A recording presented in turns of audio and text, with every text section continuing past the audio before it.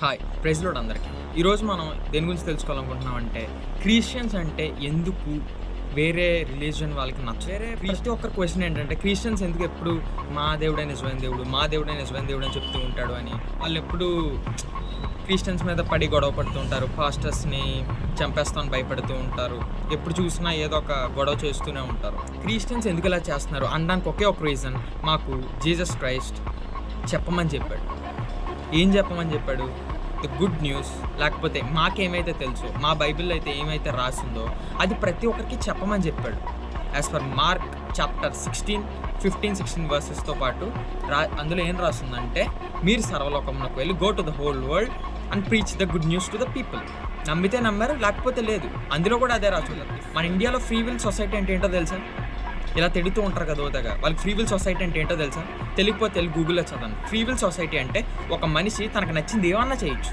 Which is illegal అది చేయకూడదు. లీగల్గా ఉన్న ప్రతిదీ ఆయన చేయొచ్చు, లీగల్గా ఉన్న ప్రతి పని వాళ్ళు చేయొచ్చు, ఇల్లీగల్గా ఉన్నాయి మాత్రం వాళ్ళు చేయకూడదు. That is free will society. India free will society జోన్లోకి వస్తుంది. లేకపోతే క్రిస్టియన్ మీటింగ్స్ పెట్టుకోవడం అనేది లీగలే. ఎందుకంటే వీళ్ళు క్రిస్టియన్ మీటింగ్స్లో ఏం డ్రగ్స్ అమ్మట్లేదే, ఏమి ఇల్లీగల్ యాక్టివిటీస్ చేయట్లేదే, జస్ట్ వాళ్ళ గాడ్ని వాళ్ళు వర్షిప్ చేసుకొని వాళ్ళ గాడ్ గురించి మాట్లాడుకుంటున్నారు.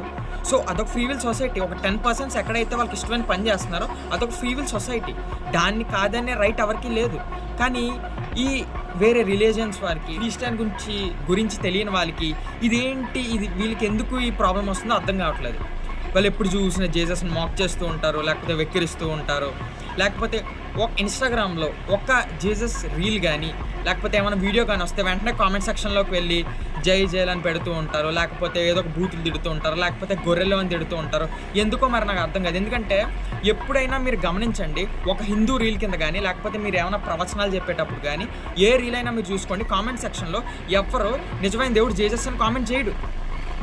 అది మీ గురించి మాట్లాడుకుంటే తప్ప, మీ గురించి మాట్లాడుకుంటూ మా దేవుణ్ణి లేకపోతే జీసస్ క్రైస్ట్ని ఇన్వాల్వ్ చేసి మాట్లాడితే తప్ప ఒక క్రిస్టియన్ ఒక హిందూ రీల్ కిందకి వెళ్ళి లేకపోతే ఒక ప్రవచనం చెప్పే రీల్ కిందకి వెళ్ళి జీసస్ నిజమైన దేవుడు అని చెప్పడు, హిందూస్ని బూతులు తిట్టడు, చెప్పే ఆయన బూతులు తిట్టరు. కానీ వీళ్ళకి ఏమైందో అర్థం కాదు. ఒక క్రిస్టియన్ వీళ్ళు వస్తే చాలు ఆ కింద కామెంట్స్లోకి వెళ్ళి వాళ్ళని తిట్టడం, లేకపోతే వాళ్ళని ఏదోటి అనడం, వాళ్ళ ఫ్యామిలీని ఏదోటి అనడం, ఇదే పని. ఒక ఫ్రీ విల్ సొసైటీలో మనం బ్రతుకుతున్నాం.